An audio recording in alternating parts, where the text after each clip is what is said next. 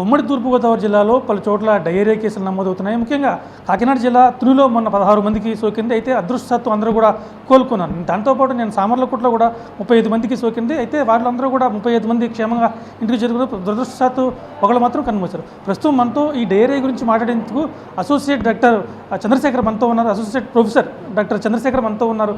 ఆయన అడిగి మరిన్ని తెలుసుకునే ప్రయత్నం చేద్దాం. సార్ చెప్పండి, మన జిల్లాలో ఏమైనా డయేరియా కేసులు నమోదవుతున్నాయి? మన జిల్లాలో అంటే ఉమ్మడి తూర్పుగోదావరిలో అవుతున్నాయి నమోదు. మన దగ్గర ఇంకా అంత లేవు. మామూలుగా ఎప్పుడు ఎండాకాలంలో వారానికి ఒక 10-20 వస్తూ ఉంటాయి. అలాగే వచ్చినాయి. అలా కాకుండా ఒక చోట ఎక్కువ వచ్చినాయి అంటే దానికి కారణం ఏదైనా కలుషితమైన ఆహార పదార్థం వల్ల కానీ, కలుషితమైన నీరు వల్ల కానీ, ఒక్కోసారి ఇన్ఫెక్షన్ కాకుండా ఏదైనా కెమికల్ వల్ల కూడా వాళ్ళు పాత వేరుశెనగ పప్పులు కానీ, పాత ఆహార పదార్థాలు ఏదైనా తీసుకున్నా దానివల్ల కూడా విరోచనాలు వస్తాయి. అంటే జనరల్గా వస్తూనే ఉంటాయి. ఒకే చోట ఎక్కువ మందికి వస్తే కనుక సర్టెన్ ప్లేస్లో ఏదైనా పొల్యూట్ అయ్యి ఉండొచ్చు అని అలా ఒక చోటే ఎక్కువ కేసులు వస్తే కనుక అక్కడ ముందు నీటి సంగతి చూసుకోవాలి. వాళ్ళు ఏ నీరు తాగుతున్నారు, ఆ నీటిలో ఏదైనా విష పదార్థాలు ఉన్నాయా, లేకపోతే ఆ నీటిలో ఏమైనా ఇన్ఫెక్షన్ ఉన్నాయా. ఈ రెండు కాకుండా విష పదార్థాలు ఇన్ఫెక్షన్ కాకుండా కెమికల్స్ ఏదైనా కొత్తగా కలిసాయి అందులో, ఇవన్నీ చూసుకుంటే జాగ్రత్త పడవచ్చు. ఒకవేళ విరోచనాలు ఎక్కువ అయితే కనుక ఫస్ట్ వాళ్ళు ఎన్ని విరోచనాలైనా ముందు వాళ్ళు కంగారు పడకూడదు. విరోచనం అయినప్పుడల్లా ఒక గ్లాస్ ORS వాటర్ తాగాలి. అంటే ఈ లక్షణాలు ఎలా ముందుగా గుర్తించాలంటే ఏముంటాయి? డయేరియా వచ్చిన పేషెంట్కి సిమ్టమ్స్ ఎలా కనపడతాయి మనకి? యూజువల్గా ఫుడ్ పాయిజనింగ్ వల్ల వస్తే ఒక 6-12 గంటల ముందు నుంచి కొంచెం కడుపులో నొప్పి వస్తుంది, తర్వాత వాంతులు వస్తాయి, తర్వాత విరోచనాలు వస్తాయి.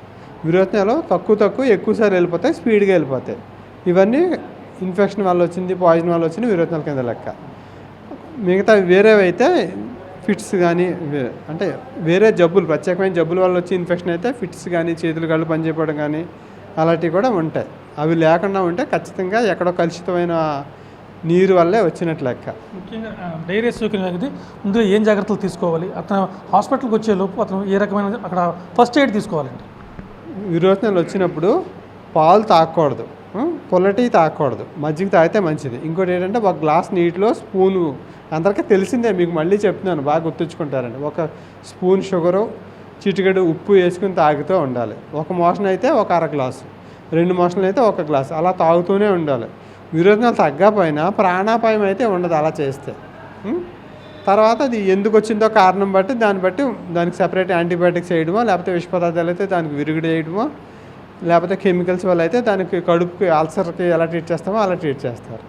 ఇలా విరోచనాలు ఉన్నవాళ్ళు బీపీ మాత్రలు వేసుకోకూడదు, ఐరన్ మాత్రలు వేసుకోకూడదు. అవి వేసుకుంటే ఇంకా ఎక్కువైపోతాయి. బీపీ పెరగకపోతే మనిషి బతకడం కూడా కష్టమైపోతుంది.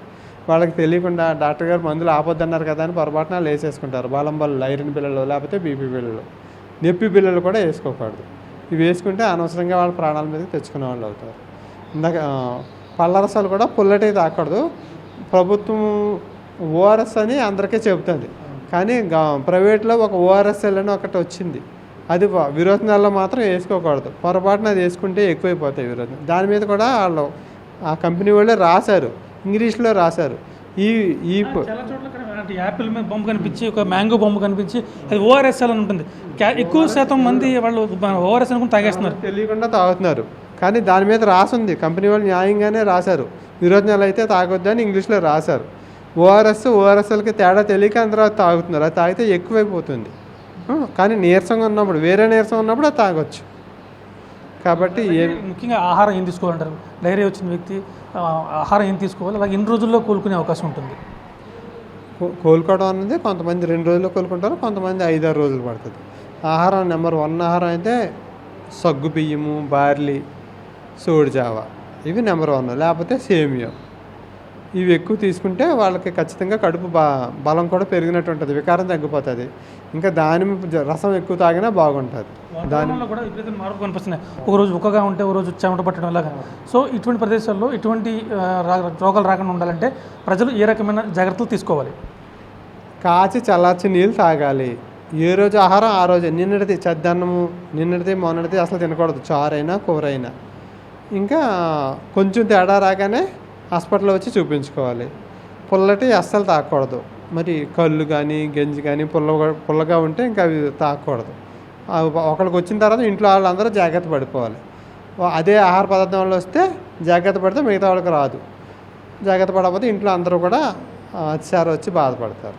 Thank you sir. ఇది మొత్తం మీద చూసుకుంటే డైరియా సోకిన వ్యక్తులైతే పెద్దగా ముందుగా ఆందోళన చెందవద్దు. మోషన్స్ అవుతుంటే కనుక ఓఆర్ఎస్ తాగండి. అలాగే ముఖ్యంగా మరో పాయింట్, ఓఆర్ఎస్కి ఓఆర్ఎస్ఎల్కి కూడా ఆ తేడా గమనించమని చెప్పి డాక్టర్ చంద్రశేఖర్ అయితే చాలా స్పష్టంగా చెప్తున్నారు. అయితే కేసులు సంబంధించి స్వల్పంగా అక్కడ నమోదవుతున్నాయి కానీ ఇటువంటి ప్రమాదకర పరిస్థితులు ఆందోళన చెందాల్సిన అవసరం లేదని చెప్పి డాక్టర్ చంద్రశేఖర్. మన రవిశంకర్తో Rajesh, big TV, Rajamahendravaram. For more videos like this, subscribe Big TV channel.